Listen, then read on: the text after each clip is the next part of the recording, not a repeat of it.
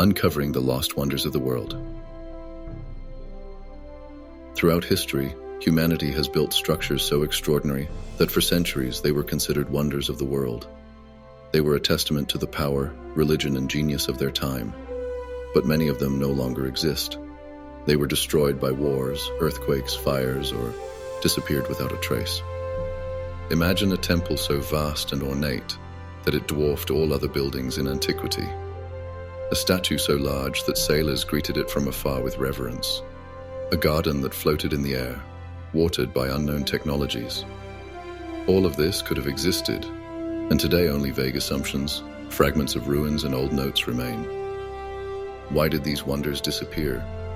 Was it just natural disasters and the passage of time? Or did some of them hold secrets that someone wanted to destroy or hide forever? Could they contain knowledge that seems too advanced today to have been created in antiquity? In this episode of Unknown Tales Files, we embark on a journey across continents and millennia to discover what has been lost, or perhaps never existed.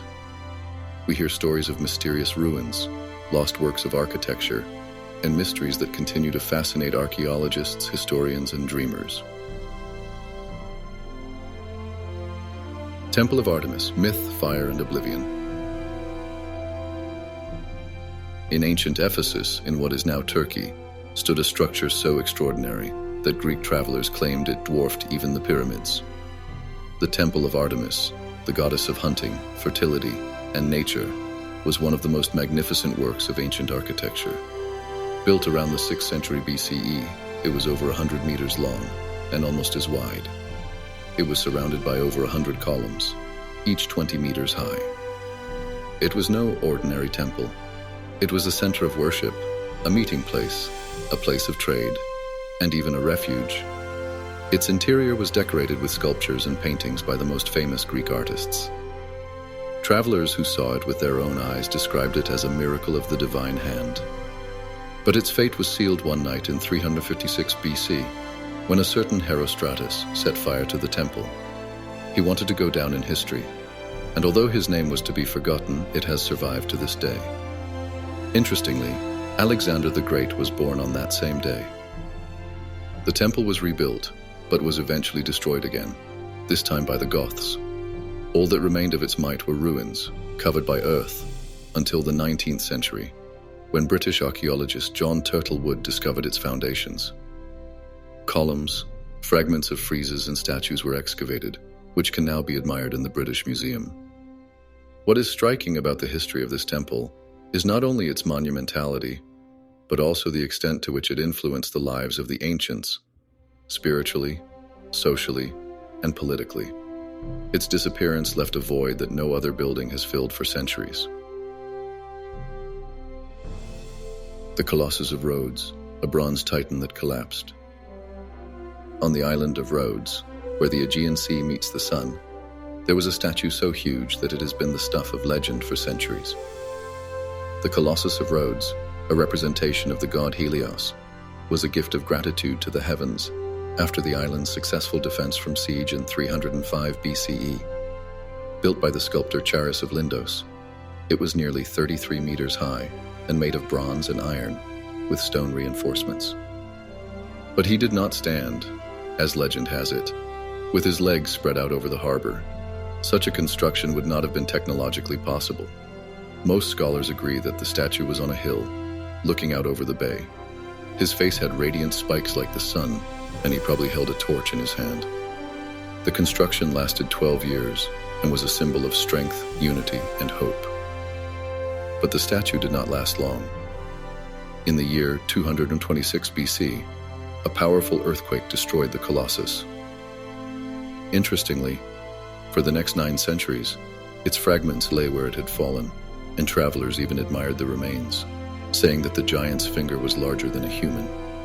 In the 7th century, the Arabs who conquered the island sold the bronze remains of the statue to a Jewish merchant from Syria.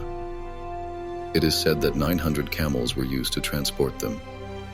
Although the Colossus no longer exists, it remains a symbol of ancient engineering mastery. It was not just a sculpture, it was an expression of faith in human strength and the ability to overcome adversity. The Pharos Lighthouse, a light that has survived the centuries. On the coast of ancient Egypt, on the small island of Pharos near Alexandria, stood a structure that guided ships into port for over 1,000 years. The Pharos Lighthouse, built during the reign of Ptolemy II in the 3rd century BCE, was not only a marvel of architecture but also a work of exceptional technical precision. It was about 130 meters high, and for centuries remained one of the tallest structures built by human hands. It consisted of 3 levels, a square base, an octagonal middle segment, and a cylindrical top. At its peak, a fire burned, reflected by mirrors, creating light visible from tens of kilometers. Its designer, Sostratos of Knidos, took care not only of functionality, but also of symbolism. On one of the inscriptions, he hid his name under a layer of plaster, because officially, the building was to be dedicated to the kings of Egypt. When the plaster fell off over time, his name came to light. The lighthouse survived many centuries, but it was not indestructible. A series of earthquakes between the 10th and 14th centuries gradually weakened it. Eventually it collapsed, and in its place a fortress was built, the walls of which still stand on the seashore. Today, thanks to underwater archaeological research, we know that many fragments of the lighthouse lie on the bottom of the Mediterranean Sea. A diver can find columns, statues, and blocks of stone there that once formed one of the greatest engineering feats of the ancient world. The Pharos Lighthouse was not only a light for sailors, it was also a symbol of human ingenuity and the desire to tame nature. Hanging Gardens of Babylon, a miracle that might not have existed. Of all the wonders of the ancient world, it is the Hanging Gardens of Babylon that raise the most doubts. Described as a green paradise in the heart of Mesopotamia, they were the work of King Nebuchadnezzar II, who supposedly created them for his wife Amytis, who longed for the mountainous landscape of her native Media. According to ancient accounts, the gardens rose in terraces towards the sky, with vegetation flourishing on stone steps. Irrigation systems were supposed to bring water from the Euphrates to higher levels, suggesting the existence of extremely advanced technology. The problem, however, is that no Babylonian chronicle mentions these gardens. We know a lot about Nebuchadnezzar's palace. We know the city plans. Its walls, gates, and temples have been discovered. But there is no trace of the gardens. What's more, the most detailed descriptions come from Greek historians who never visited Babylon. Could they have confused the location? Some researchers suggest that the legends may have concerned the gardens in Nineveh, the capital of Assyria, several hundred kilometers away.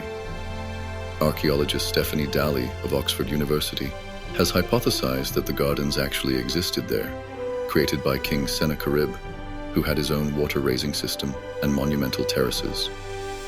If she's right, then the entire story of Babylon's gardens may be a mistake that has persisted for thousands of years. A lost wonder whose existence can neither be confirmed nor completely ruled out. It still inspires the imagination.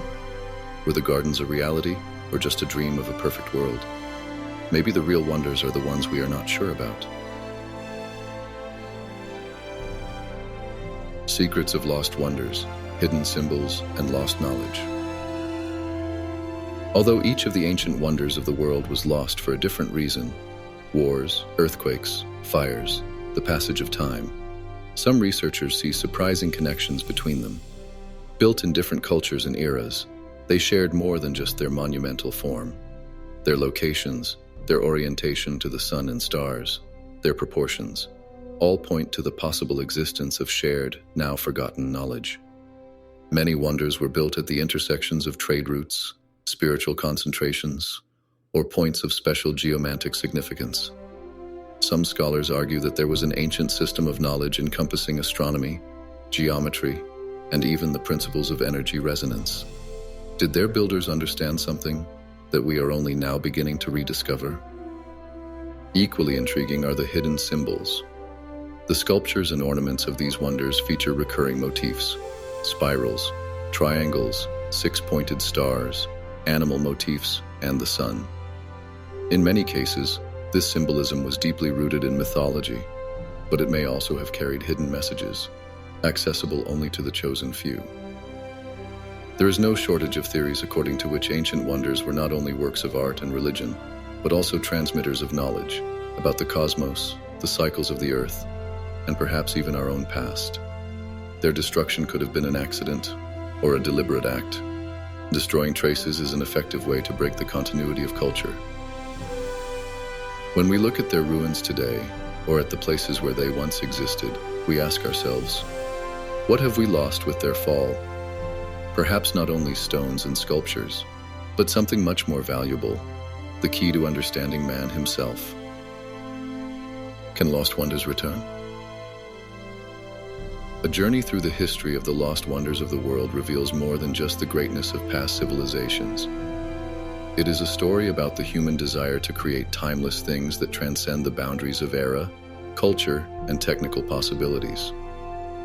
Each of these wonders was not only a monumental work, but also a symbol of aspirations, faith, and knowledge that humanity has lost over time, perhaps irretrievably. But is everything really gone? In the 21st century, technology allows us to reconstruct buildings in virtual reality, analyze ruins with millimeter precision, and even read destroyed texts using cosmic radiation. There are also projects to physically reconstruct some wonders, such as replicas of the Pharaoh's Lantern or the Temple of Artemis. These are not originals, but they can restore memory and inspire. At the same time, it is worth asking ourselves, what will be our modern wonder of the world? Can we create something today that will evoke similar awe in 2,000 years?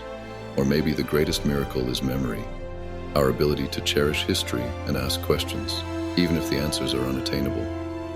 Lost wonders are not just the past. They are also the future, a reminder that what we create can survive or disappear. Their fate depends on our awareness, decisions, and respect for heritage. What do you think? Let me know in the comments. Subscribe if you want, and see you in the next episode of Unknown Tales Files.